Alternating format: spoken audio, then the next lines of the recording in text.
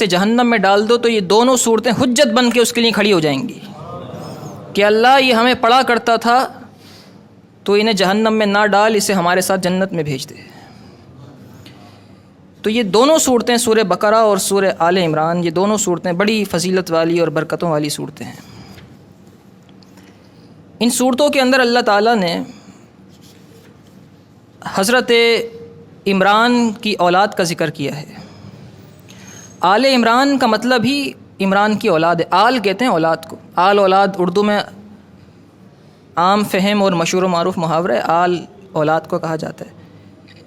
اس کے اندر حضرت عمران کی اولاد کا ذکر ہے، اور وہ کون تھیں؟ وہ حضرت مریم تھیں، جو کہ حضرت عیسیٰ علیہ السلام کی والدہ ہیں، حضرت عیسیٰ علیہ السلام کی والدہ۔ اور حضرت مریم کی والدہ کا نام تھا حنہ، ہا نون اور ہا، حنہ آپ کی والدہ کا نام تھا۔ اولاد نہیں ہوتی تھی حضرت عمران کے اور حضرت حنہ کے، یہ دونوں شوہر اور بیوی تھے، ان کے اولاد نہیں ہوتی تھی اور بڑی عمر گزر گئی تھی، بڑھاپے کی عمر آ چکی تھی، اولاد نہیں ہوتی تھی۔ ایک دن حضرت حنہ نے دیکھا کہ ایک چڑیا اپنے بچے کو اپنی چونچ سے کھانا کھلا رہی تھی، تو حضرت حنہ کے دل میں خواہش پیدا ہوئی کہ میری بھی کوئی اولاد ہو، میں بھی اپنے بچوں کو کھلاؤں۔ انہوں نے دعا کی، یا اللہ مجھے اولاد عطا فرما۔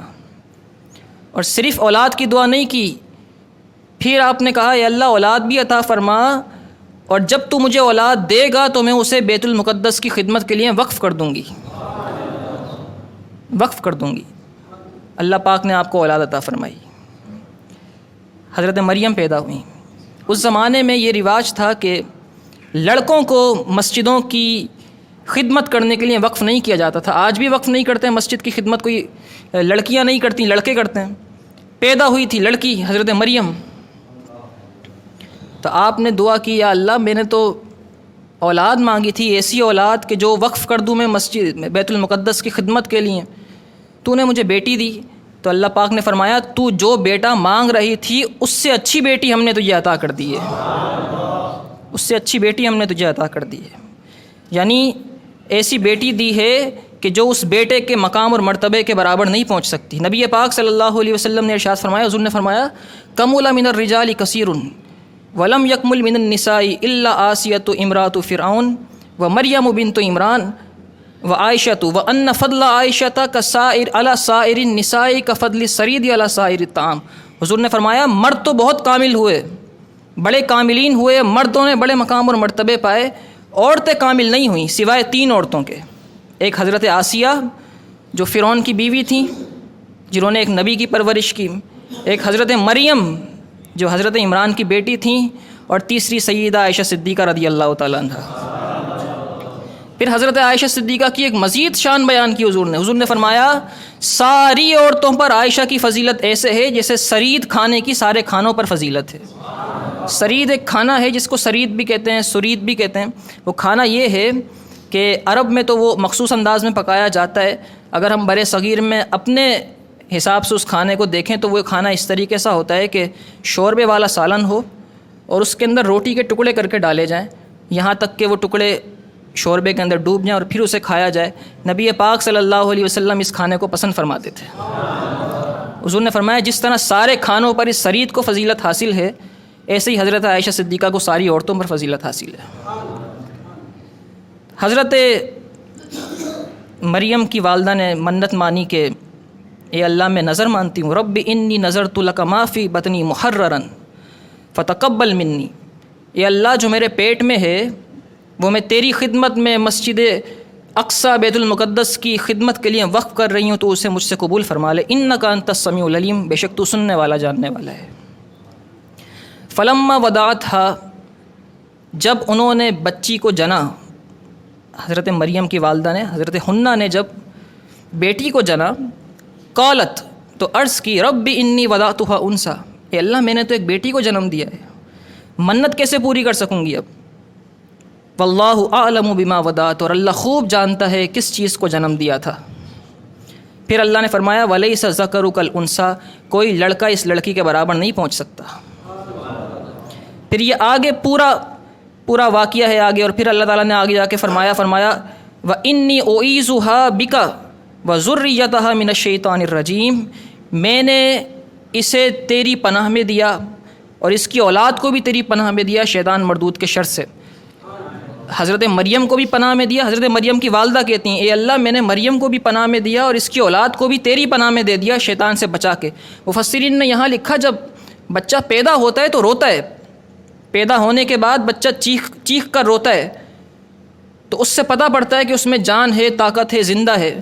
اگر بچہ نہ روئے تو لگتا ہے ایسا ہے کہ بچہ زندہ نہیں ہے۔ دنیا کے ہر بچہ پیدا ہوتے ہوئے روتا ہے، حضرت مریم نہیں روئی تھیں، حضرت عیسیٰ علیہ السلام نہیں روئے تھے۔ کیوں نہیں روئے تھے؟ کیونکہ یہ دعا انہوں نے کی تھی حضرت مریم کی والدہ نے، اے اللہ میں تجھے تیری پناہ میں دیتی ہوں مریم کو بھی اور اس کی اولاد کو بھی۔ حضور نے فرمایا، بخاری شریف کی حدیث ہے، فرمایا کہ بچہ روتا اس لیے ہے جب بچہ دنیا میں آتا ہے اس کے جسم کا کچھ حصہ باہر نکلتا ہے تو شیطان آ کے اسے انگلی چبھوتا ہے تاکہ یہ میری طرف مائل ہو۔ جب چبھوتا ہے تو اس بچے کو تکلیف ہوتی ہے، اس سے وہ بچہ روتا ہے۔ حضرت مریم کو پیدائش سے پہلے ہی ان کی والدہ نے اللہ کی پناہ میں دے دیا تھا، شیطان ان کے قریب نہیں آ سکا۔ اور ایک اور بھی شخصیتیں جو روئے نہیں تھے پیدا ہو کے، وہ ہیں مولا علی شیر خدا، وہ بھی نہیں روئے تھے۔ تو میں نے اسے اور اس کی اولاد کو تیری پناہ میں دیا شیطان مردود کے شر سے۔ پھر آگے اللہ تعالیٰ نے فرمایا فَتَقَبَّلَهَا رَبُّهَا بِقَبُولٍ حَسَنٍ، اللہ پاک نے حضرت مریم کو قبول کر لیا بیت المقدس کی خدمت کے لیے۔ حضرت مریم کو لے کر آپ کی والدہ بیت المقدس گئیں اور بیت المقدس کے جو بڑے تھے اس وقت کے، جو گارڈین تھے وہاں کے بڑے تھے جو سنبھالتے تھے اس مسجد کو، ان کے پاس لے کر گئیں، کہا کہ یہ بچی پیدا ہوئی ہے اسے خدمت کے لیے لے لو۔ تو انہوں نے کہا کہ بچیاں تو نہیں لی جاتی خدمت کے لیے، کوئی بیٹا ہوتا تو ہم قبول کرتے۔ تو آپ نے کہا کہ اس کے جو والد تھے حضرت عمران، ان کا انتقال ہو چکا تھا پہلے ہی، کہا کہ وہ تو مسجد میں امام تھے، یہ تو انہی کی اولاد ہے، ان کو قبول کرو۔ تو ان لوگوں نے حضرت مریم کو قبول کر لیا۔ اب مسئلہ یہ تھا کہ قبول تو کر لیا بیت المقدس کی خدمت کے لیے، لیکن بیت المقدس میں جب خدمت یہ کریں گی تو ان کی کفالت کون کرے گا، کھانے پینے کا انتظام کون کرے گا؟ تو اس کے لیے قرآن نکالا گیا، قرآن دازی ہوئی۔ اور قرآن دازی کیسے ہوئی؟ اس وقت توریت لکھی جاتی تھی، تو توریت جن قلموں سے لکھی جاتی تھی اس کے جو کاتب تھے، لکھنے والے تھے، ان سب کو ایک ایک قلم دیا گیا کہ اپنے اپنے قلم سے جس سے تم نے توریت لکھی ہے وہ قلم پکڑو اور اس کو جا کے دریائے اردن میں ڈالو۔ جس کا قلم یوں سیدھا کھڑا ہو گیا اس کے ذمے کفالت آئے گی حضرت مریم کی۔ سب نے اپنے اپنے قلم لیے، دریائے اردن میں قلم ڈالے، سب کے قلم بہہ گئے، حضرت زکریا علیہ السلام کا قلم یوں کھڑا ہو گیا جیسے کسی نے گاڑ دیا ہو، کسی نے گاڑ۔ حضرت زکریا علیہ السلام کے ذمے اللہ پاک نے حضرت مریم کی کفالت لگائی۔ اور حضرت زکریا خود اللہ کے نبی ہیں اور آپ حضرت یحییٰ علیہ السلام کے والد ہیں، آپ کے بیٹے بھی رسول ہیں، نبی ہیں، اور حضرت یحییٰ علیہ السلام بھی نبی ہیں۔ اب حضرت زکریا علیہ السلام کی کفالت میں حضرت مریم چلی گئیں، اور حضرت مریم اور حضرت زکریا علیہ السلام کا ایک رشتہ بھی تھا، تعلق بھی تھا۔ وہ یہ تھا کہ حضرت مریم کی والدہ کی بہن کے شوہر تھے حضرت زکریا علیہ السلام، یعنی خالو تھے آپ۔ حضرت زکریا علیہ السلام حضرت مریم کے خالو تھے، تو ایک رشتہ داری بھی تھی، نسب بھی تھا، ایک سلسلہ بھی تھا۔ اب وکفلھا زکریا، حضرت زکریا علیہ السلام نے ان کی کفالت کی۔ پھر کیا ہوا؟ قحط آ گیا فلسطین کے اندر، کھانے پینے کا سامان کم ہو گیا۔ حضرت زکریا علیہ السلام کھانے کا سامان دے کر جاتے تھے حضرت مریم کو، جس محراب میں جس کمرے میں رہا کرتی تھیں حضرت مریم وہاں دے کر جایا کرتے تھے، لیکن اب قحط آ گیا۔ لیکن ایک عجیب کام یہ ہوا کرتا تھا، جب حضرت زکریا علیہ السلام آتے تھے حضرت مریم کے پاس پھل دینے کے لیے، کھانے پینے کا سامان دینے کے لیے، تو پہلے سے ہی ان کے پاس پھل موجود ہوتے تھے اور بے موسم پھل موجود ہوتے تھے۔ فسرین نے لکھا سردیوں کے پھل گرمیوں کے موسم میں پائے جاتے تھے اور گرمیوں کے موسم میں سردیوں کے پھل پائے جاتے تھے۔ کلما دخل علیہ زکریا المحراب، جب کبھی حضرت زکریا علیہ السلام اس محراب میں داخل ہوتے جس میں حضرت مریم ہوا کرتی تھیں، وجد عندها رزقا، تو ان کے پاس رزق پاتے تھے، پھل پاتے تھے۔ قال یا مریم، تو حضرت زکریا علیہ السلام نے پوچھا اے مریم ان لکی ھذا، یہ تمہارے پاس کہاں سے آتے ہیں؟ تو حضرت مریم نے بڑا کمال جواب دیا، آپ نے فرمایا قالت ہوا من عند اللہ، یہ اللہ کی طرف سے آتے ہیں. یہ اللہ، آپ ایک چیز سکھا رہی ہیں. آپ نے یہ جو آپ نے جواب دیا، اس سے آپ نے ایک چیز سکھائی قیامت تک کے لوگوں کے لیے کہ جب اللہ پاک کوئی نعمت دے دے تو یہ نہیں کہنا چاہیے کہ میری محنت ہے، میں بہت نیک ہوں، میں نے بڑی محنت کی. یہ کہنا چاہیے یہ سب اللہ تعالیٰ کا فضل ہے، یہ سب اللہ کے فضل سے آتا ہے. اور پھر اللہ پاک نے آگے کیا فرمایا؟ جب انہوں نے اپنی نعمتوں کو اللہ سے منسوب کیا تو اللہ نے کیا انعام دیا؟ اللہ نے فرمایا ان اللہ یرزق من یشاء بغیر حساب، اللہ جسے چاہتا ہے بغیر حساب کے رزق دے دیتا ہے، بغیر حساب کے رزق دے دیتا ہے. اگر وہ حساب کرنے پر آ جائے، نیکیوں کے حساب سے اگر رزق تقسیم ہونا شروع ہو جائے نا، تو ہم تو مجھے لگتا ہے کہ سانسوں کے بھی مستحق نہیں ہیں. یہ جو سانسیں بھی رزق ہیں ایک، ان سانسوں کے بھی مستحق نہیں ہیں. اگر اعمال اور نیتوں اور دلوں کی صفائی کے اعتبار سے اگر رزق تقسیم ہونا شروع ہو جائے، وہ تو اس کا فضل و کرم ہے کہ بغیر حساب کے رزق دیتا ہے. دیکھے بغیر رزق، دیکھتا نہیں ہے کہ میرے بندے نے کتنے کام کیے، دیکھتا سب کچھ ہے، لیکن وہ یہ چیز نہیں دیکھتا کہ اس کو میں اس کے اعمال کے مطابق دوں. اگر وہ اعمال کے مطابق دے رہا ہوتا تو پھر کسی کو کچھ نہ ملتا. جب اس مقام پر، اتنے بابرکت مقام پر حضرت زکریا علیہ السلام نے یہ چیز دیکھی کہ پھل آتے ہیں بے موسم اور حضرت مریم عبادت کرتی ہیں اللہ تعالیٰ کی، تو حضرت زکریا کے بھی اولاد نہیں تھی. حضرت زکریا نے کہا کہ یہ تو جگہ بڑی بابرکت ہے، یہاں ایک اللہ والی رہتی ہے، یہاں بغیر موسم کے پھل آتے ہیں. اور حضرت زکریا علیہ السلام کی عمر بہت زیادہ ہو چکی تھی، عمر کے اس حصے میں پہنچ گئے تھے جس حصے میں اولاد نہیں ہوتی، ضعیف العمر ہو چکے تھے. یعنی اس عمر میں پہنچنے کے بعد مرد اولاد کے ہونے سے پھر محروم رہتا ہے کہ پھر اس کے بعد اولاد نہیں ہوتی. لیکن آپ نے سوچا کہ اللہ، جب تو اس محراب کے اندر بغیر موسم میں پھل دے سکتا ہے تو میری بھی اولاد کا موسم نہیں رہا، تو مجھے بغیر موسم کے پھل عطا فرما.